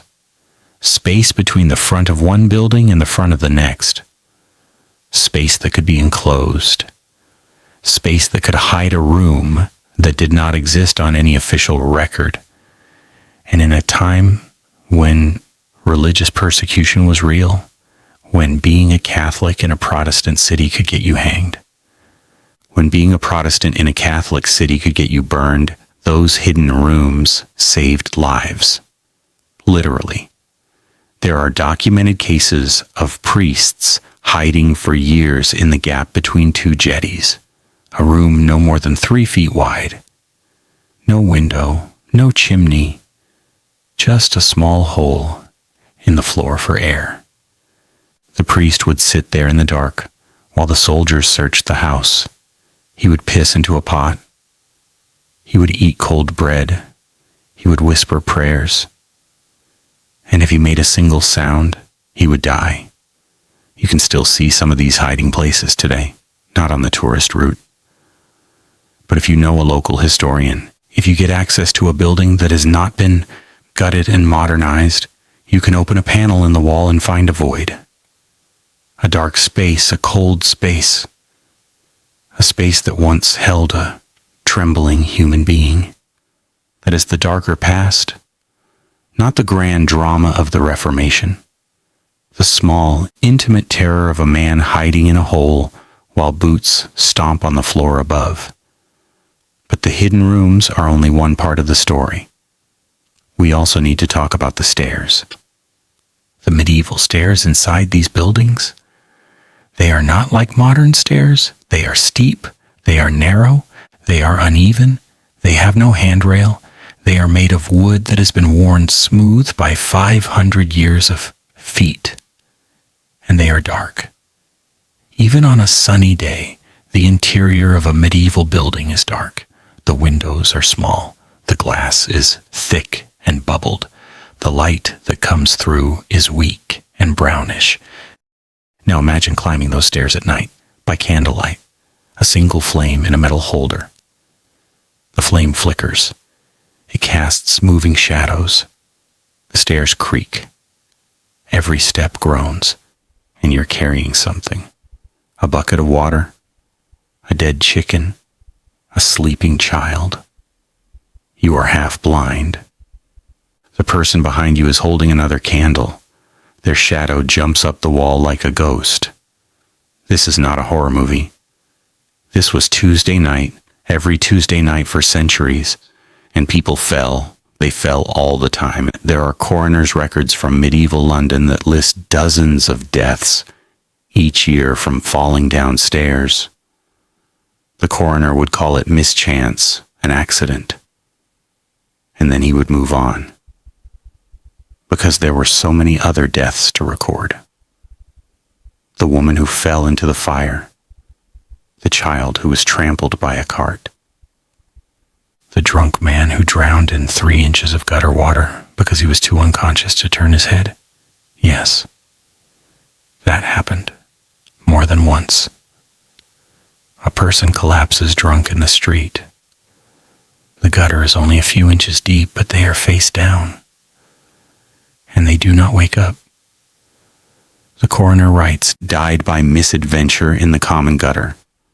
No one is blamed. No one is punished. The street just carries on. But we are getting ahead of ourselves. Let us go back to the stairs, because the stairs lead to the attic.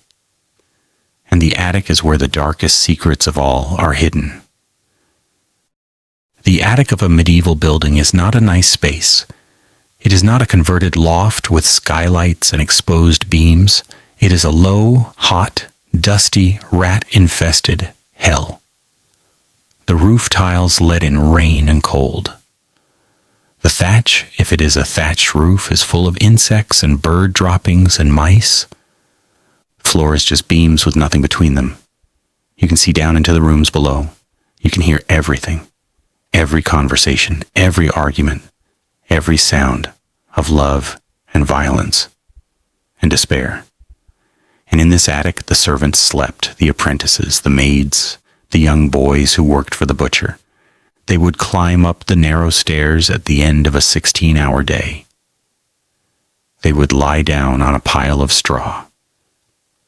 They would pull a dirty blanket over themselves, and they would try to sleep while the rats ran over their feet. The apprentices were especially vulnerable.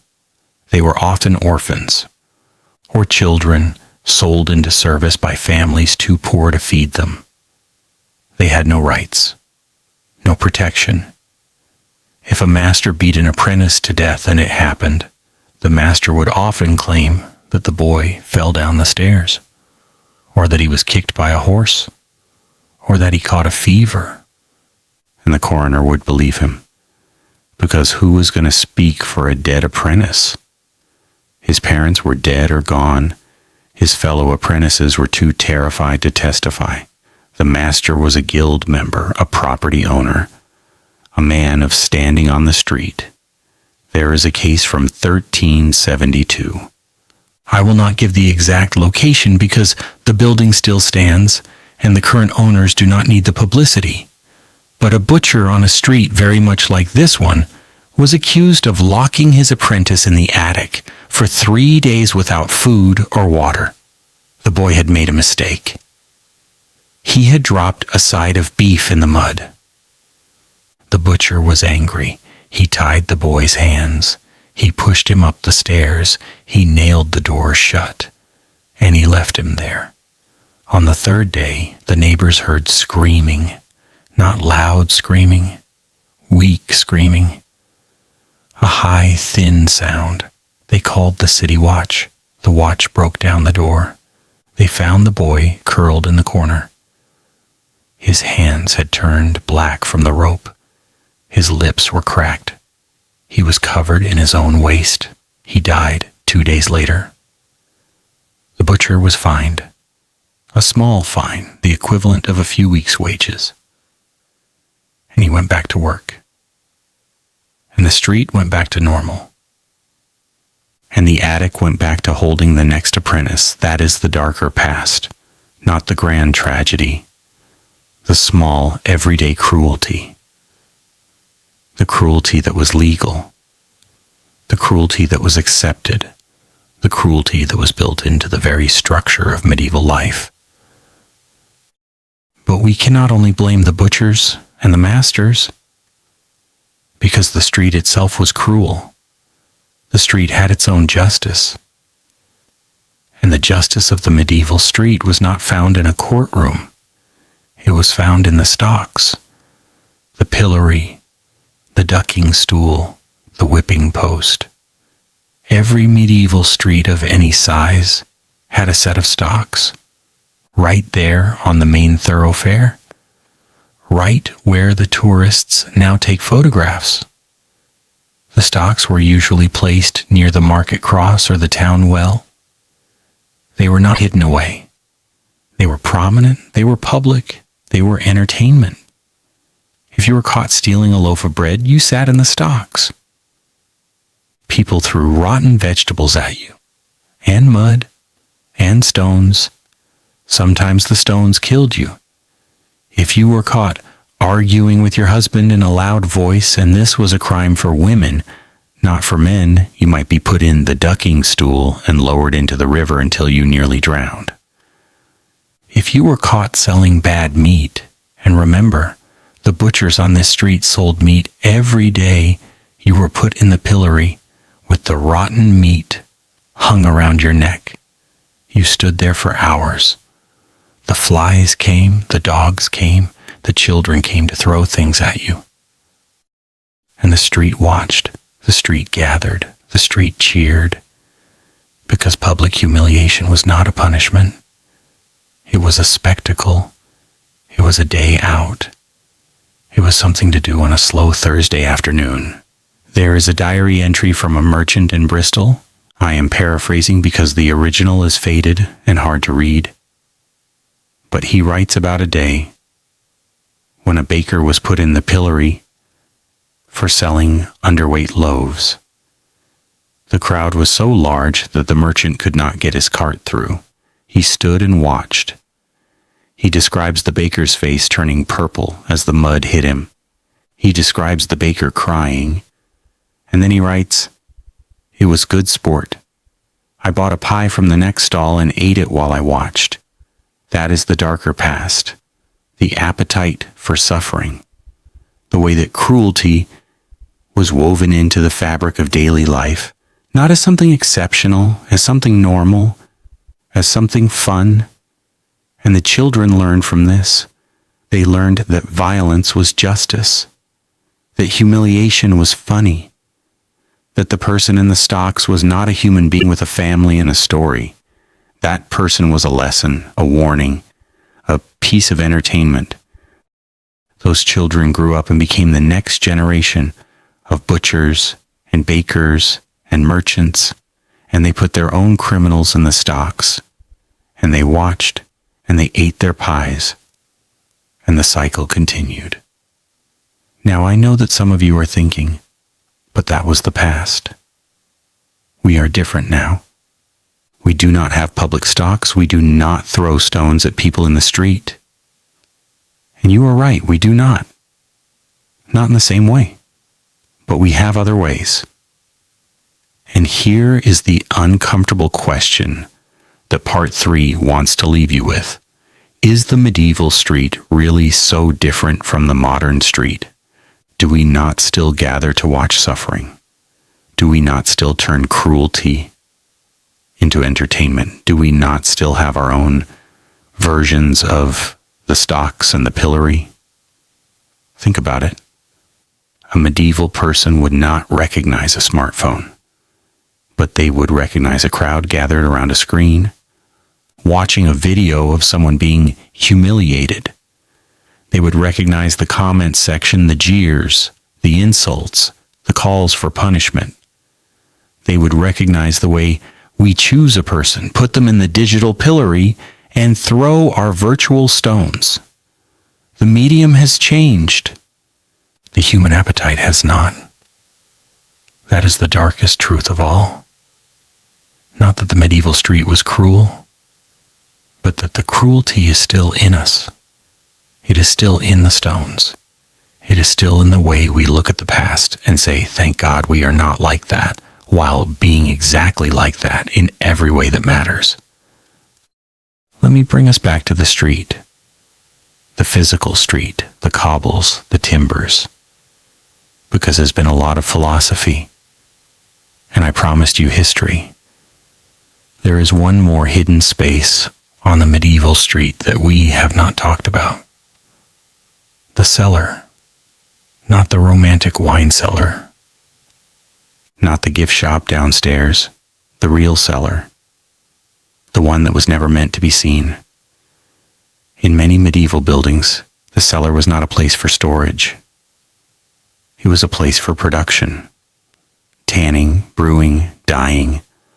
All of the trades that required water and created stench were pushed into the cellars, because the street above had to look respectable. The guild members did not want to see the vats of urine used for tanning. They did not want to smell the boiling dye, so they put it underground. And the people who worked in those cellars, they were not guild members. They were the lowest of the low, the unskilled, the desperate, the women who had no other work, the men who had been crippled in accidents, the children too young for an apprenticeship. They worked in the dark. They worked in the damp. They worked in the heat of the vats and the cold of the stone floor. They breathed the fumes. They soaked their hands in the chemicals. They developed cancers and lung diseases and skin ulcers. And when they died, they were buried in unmarked graves. No memorial, no record. Just a note in the parish register. A poor woman from the cellar of John the Dyer. You can still visit some of these cellars today. In York, in Chester, in Norwich. The tours will take you down. They will show you the vaulted ceilings, the medieval brickwork. They will tell you about the history of brewing or tanning. They will sell you a drink afterwards. But they will not tell you about the children. The children who worked 12-hour days in the dark. The children whose fingers were stained blue from indigo. The children who coughed black phlegm into the dye vats. The children who never saw the sun except on Sundays, and only then if they were not too tired to climb the stairs.